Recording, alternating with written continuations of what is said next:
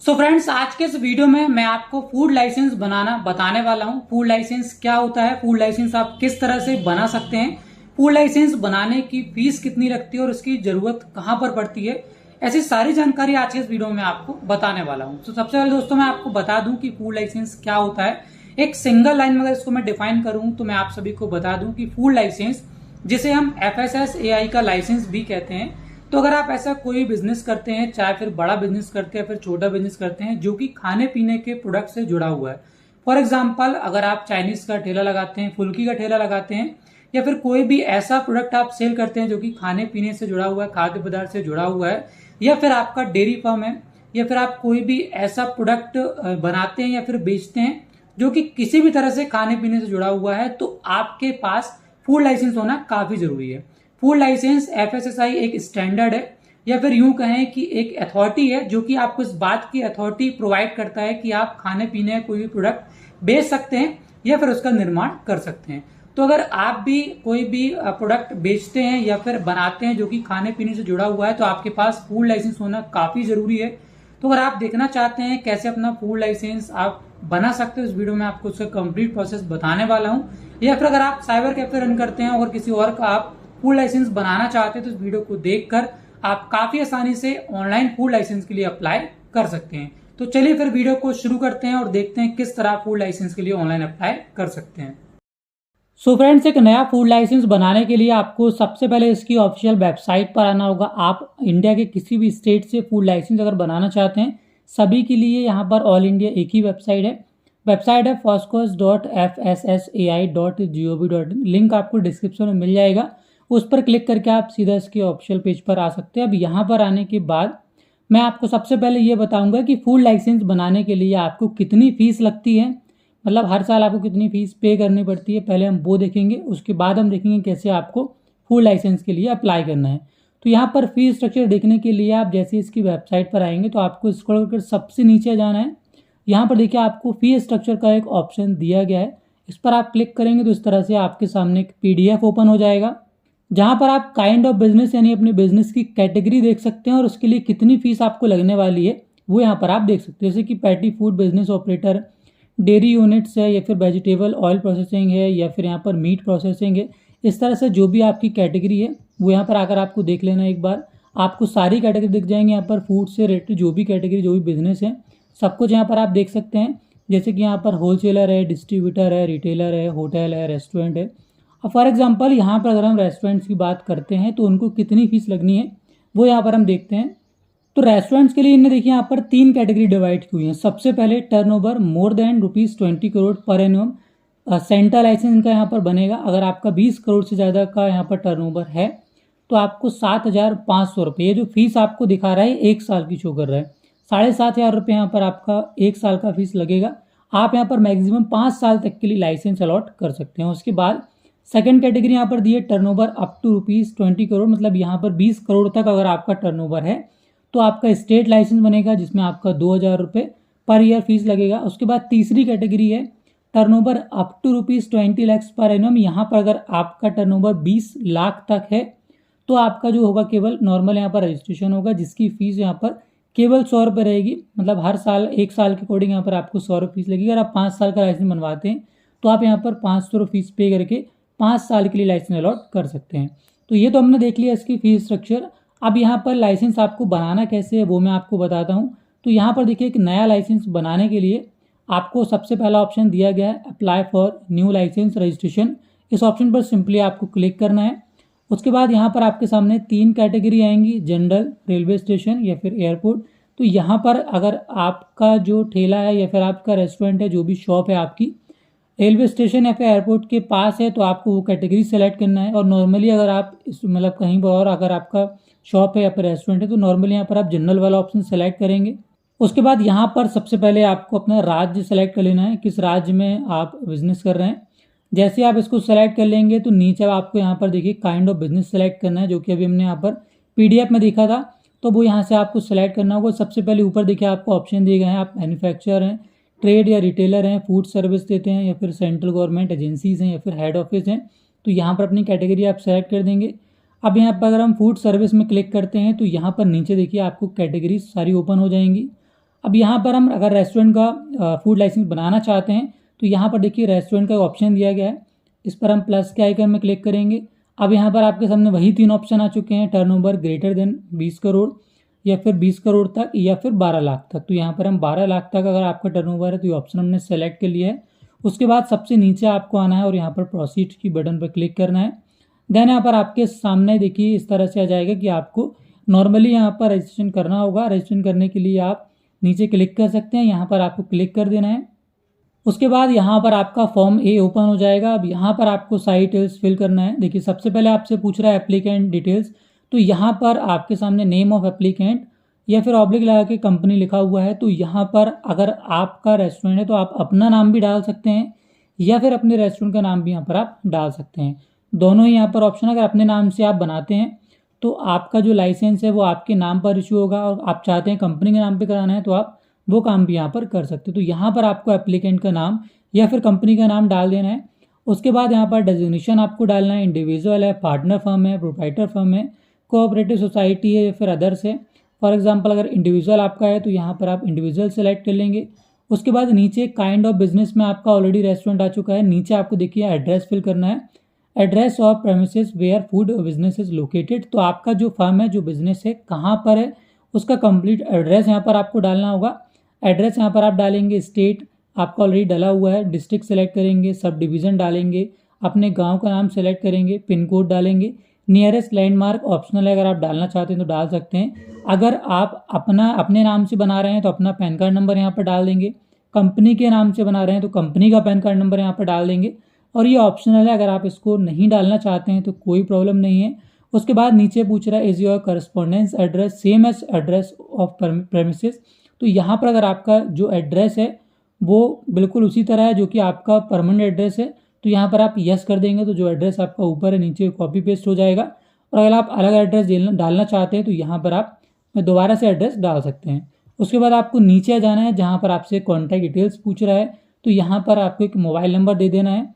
उसके बाद यहाँ पर एक ईमेल आईडी भी आप दे सकते हैं, और कॉन्टैक्ट पर्सन यानी कि जो मोबाइल नंबर ईमेल आईडी आप दे रहे हैं वो किसका दे रहे हैं उसका नाम यहाँ पर आपको डाल देना है। अगर आप अपना ही डाल रहे हैं तो अपना नाम यहाँ पर डाल देंगे। उसके बाद नीचे आपसे पूछ रहा है number of years you want to apply for. तो यहाँ पर आपके सामने मैंने आपको बताया आप मैक्सिमम 5 साल तक का लाइसेंस इशू कर सकते हैं। तो यहाँ पर आप जितने साल का लाइसेंस इशू करेंगे उतनी ही फीस आपको लगेगी। इसका जो फीस है वो 100 रुपये है। 1 साल के लेंगे तो 100 रुपये, 3 साल के लेंगे तो 300 रुपये, और 5 साल के लेंगे तो 500 रुपये यहाँ पर फीस आपकी लग जाएगी। तो यहाँ पर हम 5 ईयर सेलेक्ट कर लेते हैं। उसके बाद आप नीचे जाएंगे, अब यहाँ पर अदर देन मैन्युफैक्चर यूनिट। तो यहाँ पर आपका जो यूनिट है, आपका जो फर्म है, वो किस तरह का फूड जो कैटेगरी है वो आप रखते हैं, किस तरह की फूड आप सेल करते हैं, तो यहाँ पर आपको सेलेक्ट करना है। फॉर एग्जांपल अगर आप डेयरी प्रोडक्ट्स रखते हैं तो यहाँ पर आप डेयरी प्रोडक्ट सेलेक्ट करेंगे। उसके बाद सेव एंड ऐड करेंगे। और भी कुछ अगर आप रखते हैं, जैसे कि यहाँ पर अगर आप प्रिपेयर्ड फूड रखते हैं तो यहाँ पर आप प्रिपेयर्ड फूड सेलेक्ट करेंगे, सेव एंड ऐड करेंगे। और भी कोई कैटेगरी आप डालना चाहते हैं, स्वीट रखते हैं, एग्स रखते हैं, या फिर फिश एंड फिश प्रोडक्ट्स रखते हैं, इस तरह से आपको सारी कैटेगरी दी गई है। बेकरी प्रोडक्ट रखते हैं, तो जो भी आपकी कैटेगरी है जो आप रखते हैं वो यहाँ से आप सेलेक्ट कर सकते हैं एक से ज़्यादा, और उसके बाद सेव एंड ऐड करके यहाँ पर आप और भी प्रोडक्ट जोड़ सकते हैं। उसके बाद आप नीचे जाएंगे जहाँ पर आपसे फूड सेफ्टी मित्र डिटेल्स पूछ रहा है, जो कि अगर आपके पास है FSM नंबर तो यहाँ पर आप डाल सकते हैं, अदरवाइज ये ऑप्शनल है। उसके बाद नीचे अदर डिटेल्स में in case of business intended date of start, मतलब यहाँ पर आपका जो बिजनेस है वो कब से स्टार्ट हुआ है तो यहाँ पर वो डेट आपको सेलेक्ट कर लेना है।